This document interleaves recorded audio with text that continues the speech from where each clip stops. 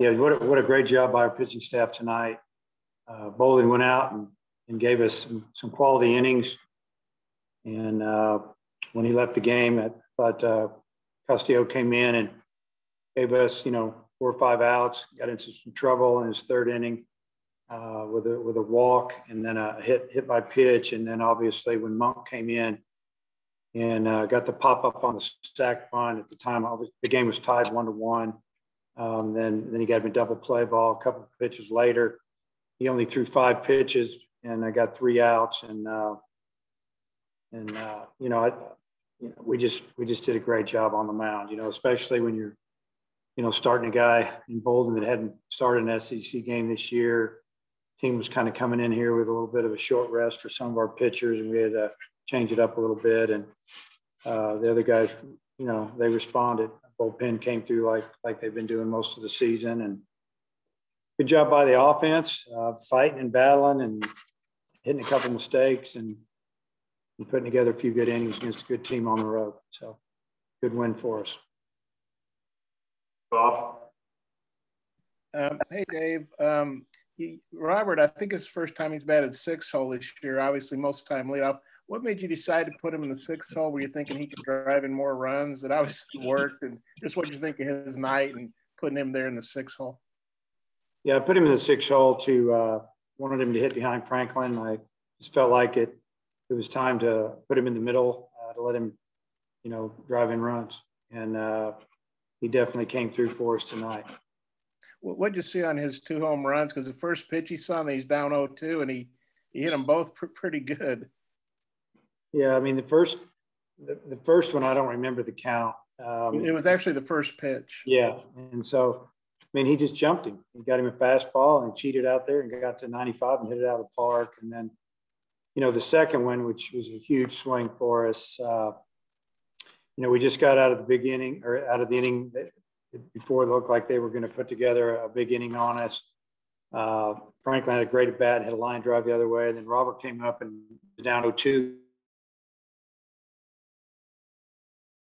to chase an elevated fastball, and he threw it too low, and he crushed it. He hit it harder than the first one by a lot, and really got our team fired up. And just got him a fastball, and he both times, and he left the yard with him.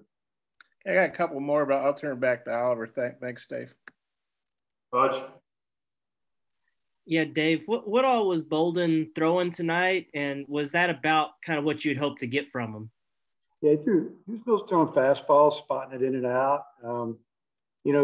What really led to us pulling him was that he stopped throwing his breaking ball for a strike, his slider. Because early, the first couple innings, it was pretty good. And he's also throwing changeups to left-handers. So those were the 3 pitches that he was going with. And then I know you said last weekend that Kops didn't necessarily have his best stuff. How would you assess what he had tonight? Pretty good. I don't know if it's his best stuff, but if it's not, it was real good. And like the fact that he didn't mess around. He threw a lot of strikes. He got 9 outs on 34 pitches. And that would give us an opportunity to use him again tomorrow. Aaron? Dave, talk about the at-bats tonight for Christian Franklin. He came into the game somewhat struggling, but went 2 for 5 tonight. Talk about his performance. Well, he fought off a lot of pitches. I know he struck out a couple of times, but I felt like his at-bats were good and just missed a couple of pitches. And like I said, he got an 0-2 line drive single up the middle. Probably could have scored 2 on it, but we didn't want to take a chance. And then we ended up not scoring. He hit it so hard that, it probably kept us from scoring 2. But big swing with that leadoff single right after we got out of the jam there. And I think it was maybe the bottom of the 6th or whatever it was. But, yeah, he had a good night. And I felt like his at-bats were good. He saw a lot of pitches. And then the other player, like you talk about, is Brady Slavins. He had the big double late in the ball game to kind of maybe give it some breathing room, but it was a play that, frankly, I thought should have been made by South Carolina. He should have caught it. He got out there and he drifted. I don't know if he knew where he was. He thought he was going to run into the fence and went off his glove or whatever happened out there. But it stayed in the park and he was there. But Brady did a nice job of driving it. He just missed a couple of pitches tonight and he hit the ball to the track. That one was fortunate they didn't catch it. It cost him a run. But he swung the bat well tonight. Nate? Yeah, can you comment on Caden Monk's job getting the double play and the bunt? And also, did you debate at all about Cops in the ninth inning, or you just figured he was in such a groove that he wouldn't need that many pitches? Yeah, first question, I thought Monk did a tremendous job. Obviously, we brought him in because we have a lot of confidence in him. He throws that cutter, that hard cutter fastball, and we knew it'd be tough to bunt on him, and plus he's a good defender. And you know, he was an elevated cutter fastball and popped it up, and then he threw the cutter in on the next hitter, I think it was a catcher, and got it in on him a little bit, got the double play ball, and it was dugout was fired up. It was big to get those 3 outs without them scoring. And then as far as leaving Kevin in the ninth, we would have had to have a bigger lead than 5 runs. You know, they're too dangerous for the team, and you know, it'd be kind of going against what we talk about, man. When you got a chance to get a win, especially on the road. And yeah, you got to think about tomorrow, but you know, we got to win tonight. I think that was our thought. We would have probably had to been up about 10-1 for us to pull him. And we had an opportunity to score more runs and we didn't do it. So didn't want to take a chance. Thanks. Aaron? Coach, I just wanted to go back to Robert for a second. I remember, I don't know, maybe a month or so back, it seemed like he was going through a little bit of a slump. I'm just kind of curious for your take on his offensive kind of development over the last few weeks and what was been kind of the key to get him going like Robert again. Well, you know, he really struggled right at the beginning of conference play. I think, you know, against Alabama, we opened at home and they whipped us on that Friday night. But Robert, I don't know if he got a hit the whole weekend. He might have been 0 for 10, 0 for 12. You know, I think he finally got a hit at Mississippi State. I think he relaxed a little bit. I took him out of the leadoff spot and put him way down in the order for a series.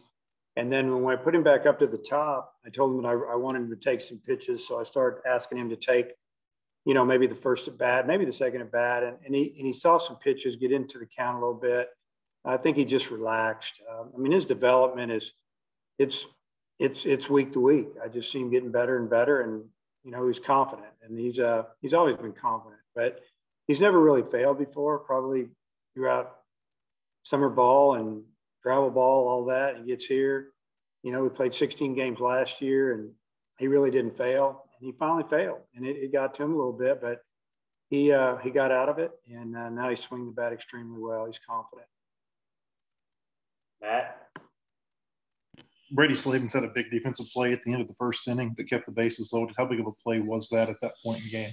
It's huge. I mean, that ball hit the lip of that grass and just jumped. I mean, it was a routine ground ball, and next thing you know, it's above his head. And he did a great job, you know, flagging that thing down. It gets over his head. They're going to score at least 2, maybe 3, but 2 for sure. And everyone was at first and third or second and third with 2 outs, and who knows what would have happened. But that was a big play. Now that you know you'll play a doubleheader tomorrow, do you know who you'll start in the third game? No, we're going to try to win that first one and use whoever we need and then figure it out from there. And then I just wanted to ask you too, I mean, with a doubleheader on day 2 like that, how big is it to win the series opener when you have a doubleheader coming up? Well, it takes a little bit of pressure off you. You can sleep a little bit better and know that you go out the next day. If you get one of those games, you win the series. You know, if you lose that first game, you know, you're playing 2 the next day. It's difficult, you know, because then you're talking to the team, you're just asking them to look at, you know, take it one game at a time, relax, try to get that first one. If you get it, then you talk about winning the series. So, you know, really we just talked about after the game, let's go out and play really well tomorrow, and, you know, things will take care of themselves. Robert? Hey, Coach, what do you think of that squeeze play that you guys executed in the 7th with Zach Gregory? Well, it wasn't a squeeze play. I mean, I'm not going to squeeze with 2 outs. The squeeze play, the runner breaks as the pitcher's delivering the pitch, and the batter has to try to bunt it and bunt it fair. But that was just we just put on bunt for a hit. His third baseman backed up. He's a good bunter. So it was more of just bump for a hit with a runner on third, and we're going to get an RBI. It was a great job. I mean, he couldn't have bunted it any better. He couldn't have rolled it any better, to be honest with you. But just a great job by Zach there. Bob, you have anything else? Yeah, Dave, you know, Matt asked you about Slavins. I guess you'd call that a stab. I don't know what exactly you call that where he went high, but and then Gregory had a really nice catch leaping against the wall, and Battle threw a rope to throw out Clark, I think it was, at second. You know, your defense really, you know, I guess what'd you think of your defense tonight? Well, you know, if you don't play defense, you're probably not going to win very many games in this league because you can't give teams extra at bats. And you know, those were a couple of tough plays. They probably wouldn't have been scored errors if that ball gets over Brady's head on that bad hop, or, you know, if Gregory doesn't catch that ball, it's probably just a double. But we know that if they make those plays, we've got a lot better chance to win the game. I thought defense played outstanding, turned a big time double play, made a good play in the hole there. I mean, Battle's had an excellent day in the field. Okay, I'm good. Thanks, Dave. Okay. Nate, anything else?